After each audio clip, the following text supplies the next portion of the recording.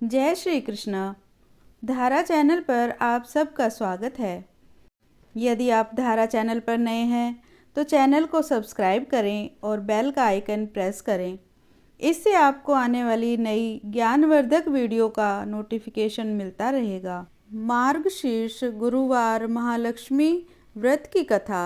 आइए गुरुवार महालक्ष्मी महात्म्य की व्रत की कथा सुनते हैं।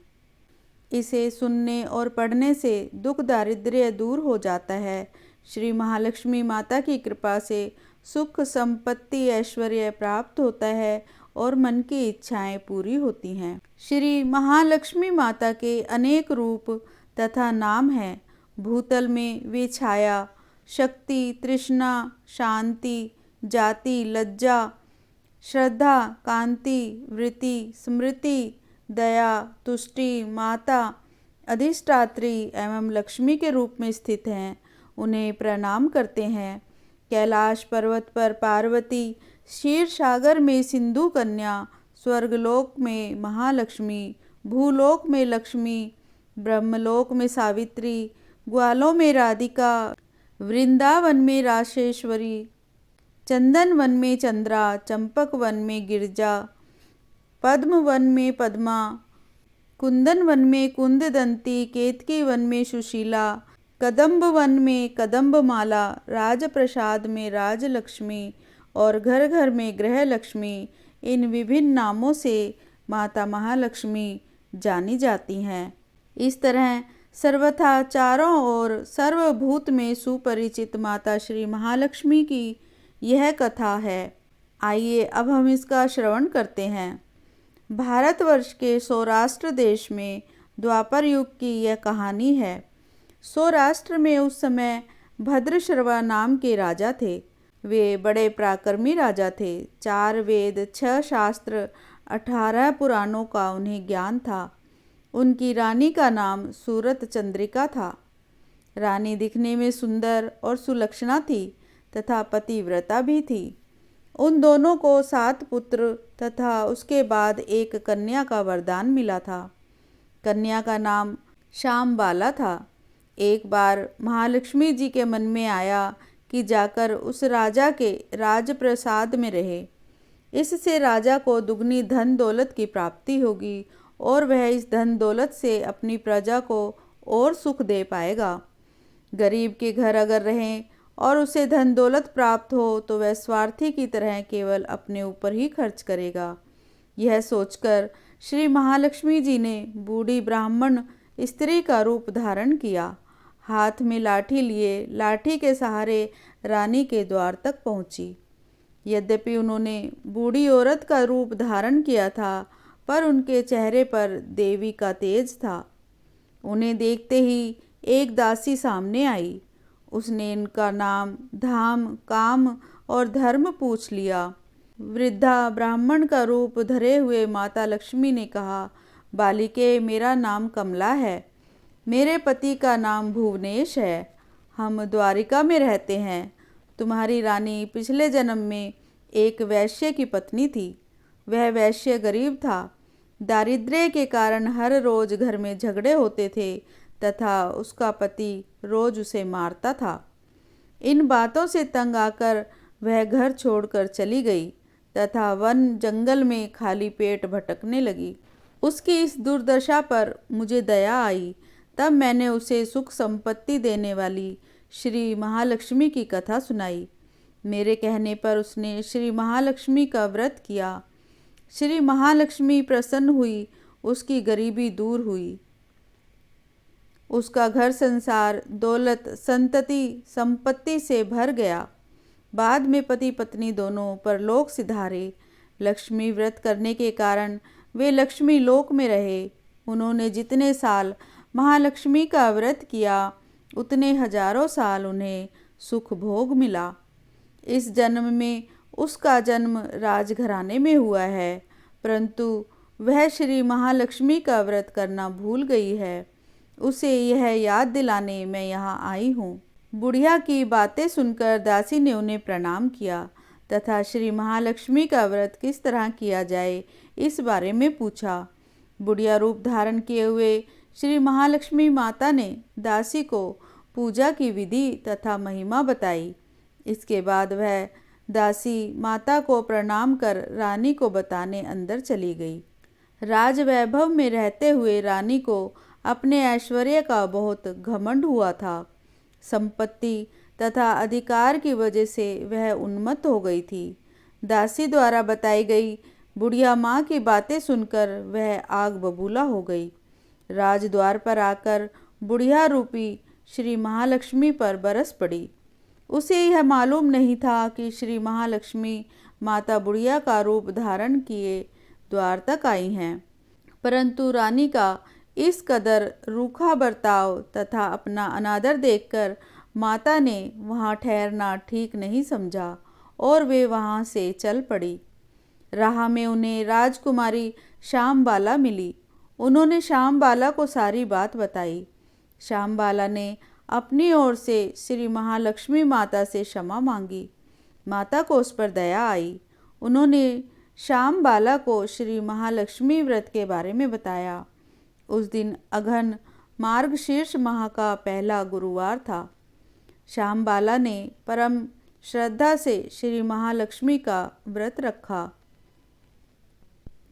फलस्वरूप राजा सिद्धेश्वर के सुपुत्र मालाधर से उसका विवाह हुआ।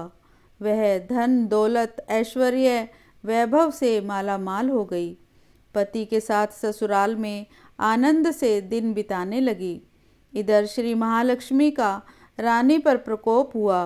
फलस्वरूप राजा भद्रश्रवा का राज्य एवं राज कारोबार नष्ट हो गया। यहाँ तक कि खाने के लाले पड़ गए। ऐसी हालात में एक दिन रानी ने राजा से निवेदन किया, हमारा दामाद इतना बड़ा राजा है, धनवान है, ऐश्वर्यशाली है, क्यों न हम उसके पास जाएं, अपना हाल उसे बताएं, वह जरूर हमारी मदद करेगा। इस बात पर राजा भद्रश्रवा दामाद के पास रवाना हुए। राज्य में पहुंचकर एक तालाब के किनारे थोड़ी देर विश्राम लेने के लिए ठहरे। तालाब से पानी लेने आते जाते दासियों ने उन्हें देखा। उन्होंने विनम्रता से उनकी पूछताछ की। जब उन्हें यह मालूम हुआ कि वे रानी श्यामबाला के पिता हैं, तो दौड़ते हुए जाकर उन्होंने रानी को सारी बात बताई। रानी ने दासी के हाथ राज परिधान भेजकर बड़े ठाठ से उनका स्वागत तथा आदर सत्कार किया, खान पान करवाया। जब वे लौटने लगे तो सोने की मोहरों से भरा घड़ा दिया। राजा भद्रश्रवा जब वापस लौटे तो उन्हें देखकर रानी सूरत चंद्रिका बहुत खुश हुई। उन्होंने सोने की मोहरों से भरे घड़े का मुंह खोला, पर हाय भगवान, घड़े में धन के बदले कोयला मिला। यह सब श्री महालक्ष्मी के प्रकोप से हुआ। इस प्रकार दुर्दशा में और कई दिन बीत गए। इस बार रानी स्वयं अपनी कन्या के पास गई। वह दिन अघन माह का अंतिम गुरुवार था। श्यामबाला ने श्री महालक्ष्मी का व्रत किया, पूजा की, अपनी माता से भी व्रत करवाया। इसके बाद रानी अपने घर आई। श्री महालक्ष्मी का व्रत रखने पर उसे फिर से अपना राजपाट, धन दौलत, ऐश्वर्य प्राप्त हुआ। वह फिर से सुख, शांति, आनंद में जीवन बिताने लगी। कुछ दिनों बाद राजकन्या श्यामबाला अपने पिता के घर आई। उसे अपने घर देखकर सूरत चंद्रिका को पुरानी बातें याद आ गई। यही कि श्यामबाला ने अपने पिता को घड़ा भरकर कोयला दिया था और उसे तो कुछ भी नहीं दिया था। इसी कारण श्यामबाला को पिता के घर आने पर उसका कोई आदर आतिथ्य नहीं हुआ, बल्कि अनादर हुआ। पर उसने इस बात का बुरा नहीं माना। अपने घर लौटते समय उसने पिता के घर से थोड़ा नमक ले लिया। अपने घर लौटने पर उसके पति ने पूछा, अपने मायके से क्या लाई हो? इस पर उसने जवाब दिया, वहाँ का सार लाई हूँ। पति ने पूछा, इसका मतलब क्या हुआ? श्यामबाला ने कहा, थोड़ा धीरज रखें, सब मालूम हो जाएगा। उस दिन श्यामबाला ने सारा भोजन नमक डाले बिना बनाया और अपने पति को परोस दिया। पति ने खाना चखा। सारा खाना नमक के बिना था। इसीलिए स्वाद नहीं आया। पर श्यामबाला ने थाली में नमक डाला, इससे सारा भोजन स्वादिष्ट लगने लगा। तब श्यामबाला ने पति से कहा, यही है वह मायके से लाया हुआ सार। पति को उसकी बातें सही लगी। फिर वह दोनों हंसी मजाक करते हुए भोजन करने लगे। इसीलिए ऐसा कहा गया है कि इस तरह से जो कोई भी श्रद्धा भाव से श्री महालक्ष्मी की पूजा करे, उसे माता की कृपा प्राप्त होती है, सुख संपत्ति मिलती है, शांति प्राप्त होती है तथा सभी मन की इच्छाएं पूरी होती हैं। परंतु यह सब प्राप्त होने पर माता की पूजा को भूलना नहीं चाहिए। हर गुरुवार को व्रत पाठ अवश्य करना चाहिए। इस तरह श्री महालक्ष्मी की महिमा भक्तों की सभी मनोकामनाएं पूरी करती हैं। ओम श्री महालक्ष्मी नमः।